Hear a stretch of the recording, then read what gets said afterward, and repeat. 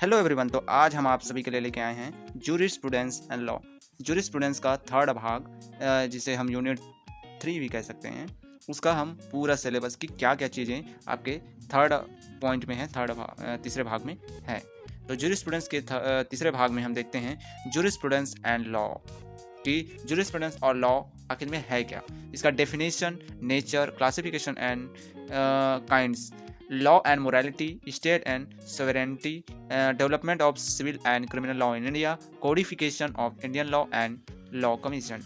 उसके बाद देखते हैं सोर्स ऑफ लॉ, जिसमें कि कस्टम है, प्रेसिडेंट है और लेजिस्लेशन है। तो इन तीनों के बारे में पूरे इतना आपके 7, 8, 9, 10 पॉइंट के बारे में हम पढ़ते हैं इस यूनिट 3 में, जिसमें का आज हम आपको कम से कम 5 पॉइंट आपको एक्सप्लेन करेंगे। तो आइए हमारे साथ बने रहिए वीडियो में। तो सबसे पहले हम देखते हैं डेफिनेशन। तो आइए हम देखते हैं कि इसको किस प्रकार से विधि को डिफाइन किया गया। तो सबसे पहले देखते हैं रोमन लॉ। तो रोमन लोगों ने इसको डिफाइन किया और उन्होंने बताया कि न्याय क्या न्याय है और क्या अन्याय है का मानक इस रूप में देखते हैं, और इसे सौम्या का कल भी कहा। तो रोमन लोगों ने जो है न्याय जो है विधि को कहा कि न्याय और अन्याय के बीच एक अंतर स्थापित करने वाला एक विधि ही है। उन्होंने बताया कि क्या न्याय है, समाज में कोई क्या न्याय है, क्या न्याय है, इसको बताने वाला जो है विधि होता है, और वो सौम्या पर आधारित होता है, वो इक्विटी पर आधारित होता है। इस प्रकार से उन्होंने इसके बारे में बताया। उसके बाद हम देखते हैं हिंदू दृष्टिकोण। उसके बाद जब आगे मध्यकाल आया, तो मध्यकाल में जो है हिंदू मतलब समाज जो है धार्मिक चीज़ों में ज़्यादा विश्वास करने लगा, उसकी ओर आगे बढ़ने लगा। तब उस समय विधि की परिभाषा कुछ इस प्रकार हुई कि विधि को उन लोगों ने जो है विधि को है ईश्वर का सम आदेश कहा। ओके, हिंदू दृष्टिकोण में बताया गया है कि विधि क्या है, ईश्वर का सम आदेश है, न कि कोई राज्य द्वारा या किसी व्यक्ति द्वारा या किसी राजा महाराजा द्वारा बनाया गया कोई दिया गया कोई आदेश। उन्होंने ईश्वर के आदेश के रूप में इसे ग्रहण किया।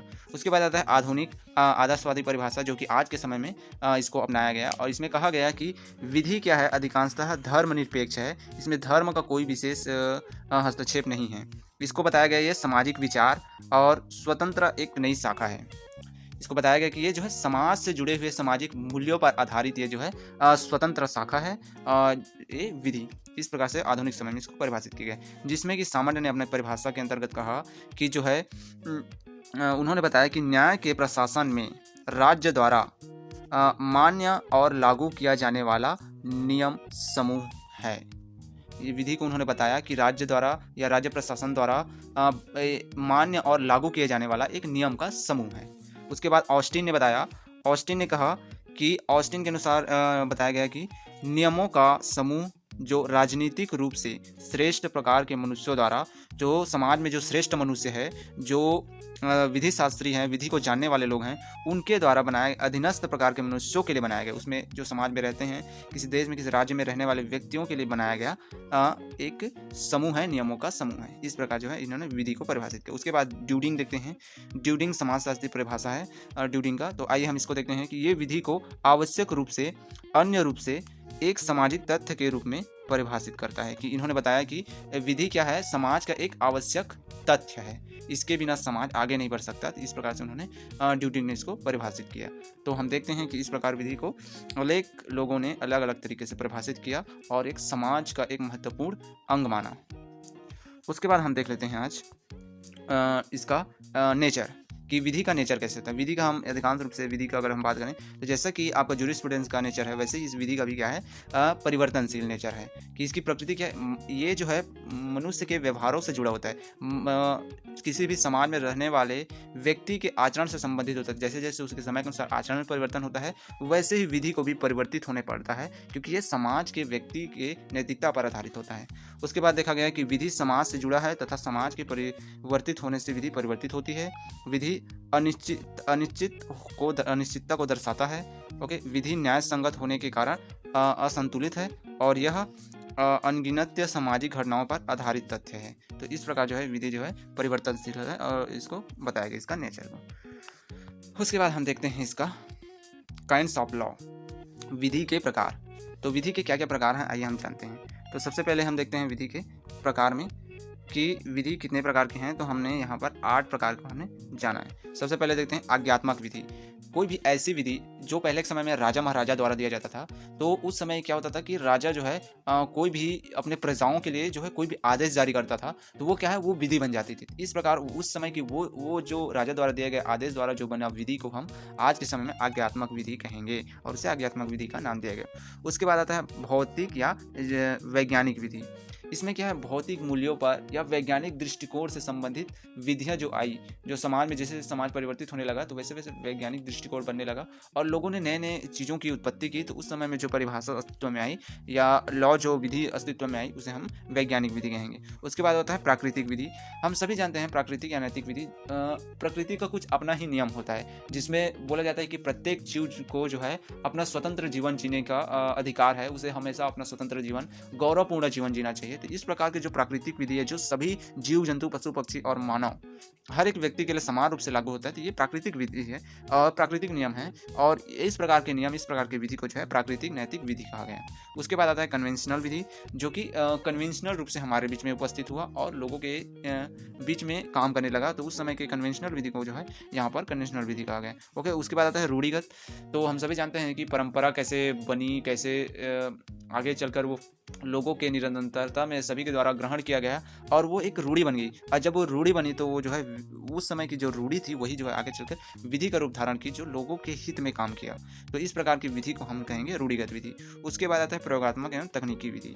ये ऐसी विधि है जो कि न्यायालय द्वारा प्रयोग में लाया गया, लोगों के बीच में लाया गया और जब वो सही साबित हुआ, लोगों के बीच में नैतिकता प्रदर्शित करते गए, तो उस प्रकार की विधि नियम जो अस्तित्व में है उसे प्रयोगात्मक विधि कहा गया, जो कि तकनीकी रूप से लोगों के बीच में काम किया। उसके बाद देखते हैं अंतर्राष्ट्रीय विधि। ये इंटरनेशनल लॉ है, जो कि विदेशी विधि है, जो कि विदेशी लोगों द्वारा जो है हमारे भारत में आया और अनेक ऐसी विदेशी विधियां हैं जो कि बहुत ही महत्वपूर्ण रखती है कोई भी देश प्रशासन के लिए, न्याय प्रशासन के लिए। उसके बाद आया सिविल विधि। ये जो है पूरी तरह से इक्विटी पर आधारित है, जो कि आपसी डिस्ट्रीब्यूट को, आपसी मतभेद को सॉल्व करता है। तो इस प्रकार जो है हम देखते हैं यहाँ पर 8 प्रकार के जो है विधि के प्रकार हैं।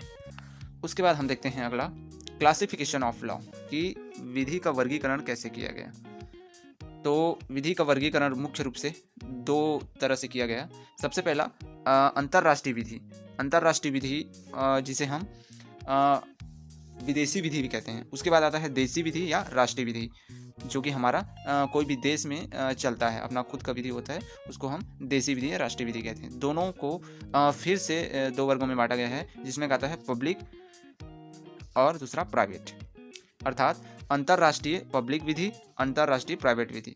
उसके बाद राष्ट्रीय पब्लिक विधि, राष्ट्रीय प्राइवेट विधि। तो इस प्रकार जो है दोनों जो है पब्लिक जो पूरे लोगों के लिए हो और प्राइवेट जो किसी विशेष व्यक्ति के लिए। पब्लिक में जो है क्या है, ऐसी जो जनहित में काम आए, जैसे कि स्वतंत्रता अधिकार, समानता का अधिकार। तो ये सारे अधिकार है, सारे जो विधियां हैं कि लोगों को अच्छे से पढ़ना चाहिए, मतलब पढ़ाई का अधिकार। तो ये सारे जो अधिकार है, जो विधियां हैं, वे सारे जो है पब्लिक, जो जनता के लिए होता है। और प्राइवेट जो किसी विशेष व्यक्ति, जैसे कोई 2 व्यक्ति संविदा करता है या एक देश दूसरे देश के साथ संविदा कर रहे हैं, तो उसमें कोई एक व्यक्ति जो है दूसरे व्यक्ति के साथ संविदा कर रहा है, तो हम ऐसे विधि को, ऐसे संविदा को हम क्या कहेंगे, प्राइवेट विधि या राष्ट्रीय अंतर्राष्ट्रीय आपका प्राइवेट विधि। तो इस प्रकार जो है क्लासिफिकेशन ऑफ लॉ है। उसके बाद हम अगला देखते हैं मोरल्स एंड लॉ। तो ये हम मोरल्स एंड लॉ देखते हैं कि मोरल्स और लॉ में क्या डिफरेंस है, क्या अंतर है। तो सबसे पहले हम देखते हैं नैतिक आचार व्यक्ति से संबंध रखते हैं और उसके चरित्र निर्माण के लिए नियम बनाते हैं, जबकि जो है विधि क्या है, मुख्य रूप से अपने आप को समाज पर केंद्रित करती है। उसके बाद दूसरा हम देखते हैं नैतिक आचरण के आंतरिक मूल्य को देखते हैं, जैसे कि मोटिव। लेकिन जो विधि है वो क्या करता है, बाहरी आचरण को देखता है कि बाहरी व्यक्तित्व उसका कैसा है, वो समाज के साथ कैसे उठ बैठ रहा है, इस पर केंद्रित होता है, इसको देखता है। वे समाज को अलग अलग तरीके से, अलग अलग नजरिए से, अलग अलग परिस्थिति के अनुसार देखता है। जबकि मोरल्स, नैतिक आचार स्वयं ही एक साध्य होते हैं, इसका पालन किया जाना चाहिए क्योंकि वह सत्य है। मतलब ये नैतिकता पर आधारित होता है, कोई भी सत्य पर आधारित होता है, इसलिए इसका पालन हर कोई करना चाहता है और इसको करने के लिए लोग प्रेरित करते हैं। और जबकि विधि समाज पर नियंत्रण स्थापित करता है, विधि कोई गलत काम ना करे, इस तरह से उस पर नियंत्रण का काम करता है। उसके बाद हम देखते हैं अगला मोरल्स। इसका पालन व्यक्ति के स्वभाव है, व्यक्ति के स्वभाव द्वारा इसका पालन किया जाता है। लोग नैतिकता को काम मतलब ये कर्तव्य के रूप में हमारे बीच में आता है, जबकि विधि समाज पर आरोपित होता है। विधि को समाज को मानना ही पड़ता है और उसकी स्वतंत्र इच्छा नहीं होती, मतलब विधि को मानने के लिए स्वतंत्र इच्छा नहीं होती, उसको पालन करना ही पड़ता है। तो इस प्रकार इन दोनों में बहुत सारे डिफरेंसेस है। विधि क्या है, व्यक्ति के आंतरिक मूल्यों को देखता है, आंतरिक आचरण को, गहराई को समझता है, जबकि विधि व्यक्ति के ऊपरी भाग को देखता है और ऊपरी आचरण को समझकर उसका निराकरण करता है। तो इस प्रकार दोनों में मेनी मोर डिफरेंसेस है। उसके बाद आइए हम अगला देखते हैं। हमारा अगला है स्टेट। तो स्टेट हमने अभी बताया कि स्टेट के अंतर्गत हम पढ़ेंगे कि स्टेट का परिचय क्या है। सबसे पहले स्टेट का परिचय क्या है, उसके बाद स्टेट की परिभाषा, स्टेट मतलब राज्य का तत्व और राज्य की उत्पत्ति के सिद्धांत और विधि और राज्य में संबंध। तो आइए हम इसके बारे में आगे जानने का प्रयास करते हैं। तो सबसे पहले हम देखते हैं राज्य का परिचय कि क्या है राज्य। तो विधि का विश्लेषण करते समय राज्य का विचार बहुत जरूरी होता है, क्योंकि विधि राज्य में ही निहित होती है। बिना राज्य के विधि की कल्पना करना संभव नहीं। कोई भी विधि तभी उत्पन्न हो सकती है जब कोई राज्य हो, अर्थात विधि क्या है, राज्य के द्वारा उत्पन्न होता है। आगे हम देखते हैं, अतः आधुनिक काल में विधि शास्त्रियों ने इसके अंतर्गत अध्ययन करना शुरू किया। अभी के समय में, आधुनिक समय में, और राज्य के बीच लागू होने वाले विधियों के संबंध में राज्य को महत्वपूर्ण माना। बिना राज्य के विधि की कल्पना करना असंभव है, इसीलिए राज्य को प्रथम विषय वस्तु माना विधि के क्षेत्र में। तो इस प्रकार विधि का परिचय जानते हैं। उसके बाद हम देख लेते हैं कि राज्य की परिभाषा, कि कैसे राज्य को परिभाषित किया गया और क्या इसके बारे में कौन कौन वैज्ञानिक ने क्या क्या बोला। तो सबसे पहले हॉलैंड के अनुसार जो है, विधि को बताया गया कि मानव प्रणाली का एक संघ अर्थात एक समूह है किसी जो सामान्यतः किसी भूभाग पर दखल देता है, जो आंतरिक व्यवस्था और बाह्य सुरक्षा के प्राप्ति के लिए। तो इस प्रकार हॉलैंड ने बताया कि कोई भी राज्य क्या है, एक प्राणियों का संघ है जो क्या है, किसी निश्चित भूभाग पर रहता है, दखल देता है, अर्थात वहाँ पर अपना स्थान रखता है और उसके बाद उसकी सुरक्षा मतलब वहाँ की सुरक्षा और बाहरी सुरक्षा के लिए वो जो है अपना प्रयत्न करता है, अपना प्रयास करता है, बाहरी सुरक्षा से पूर्ण रूप से स्वतंत्र रहता है। तो इस प्रकार हम देखते हैं कि हॉलैंड ने अपने मत अनुसार इसको परिभाषित किया। उसके बाद आते हैं सामान्य के अनुसार। सामान्य ने कहा कि राज्य और राजनीतिक समाज मानव प्रणालियों का, जो राज्य है उसको क्या बोला गया, राजनीतिक समाज, जो मानव प्राणियों का एक संघ है। मानव प्राणी अर्थात जो जीवित प्राणी हैं, जो मानव हैं, उसका एक संघ है जो कतिपय साधनों द्वारा, जो वहाँ पर उपस्थित साधनों द्वारा कतिपय उद्देश्यों से, वहाँ के कुछ उद्देश्य की प्राप्ति के लिए स्थापित किया जा गया है। अर्थात कोई ऐसा प्राणियों का संघ जो किसी स्थान पर किसी विशेष उद्देश्य के लिए वहाँ पर रहता है, वहाँ के विशेष वस्तुओं का उपयोग करते हुए। तो इस प्रकार इन दोनों ने राज्य को परिभाषित किया अलग अलग अपने अपने तरीके से। उसके बाद हम देख लेते हैं राज्य के तत्व।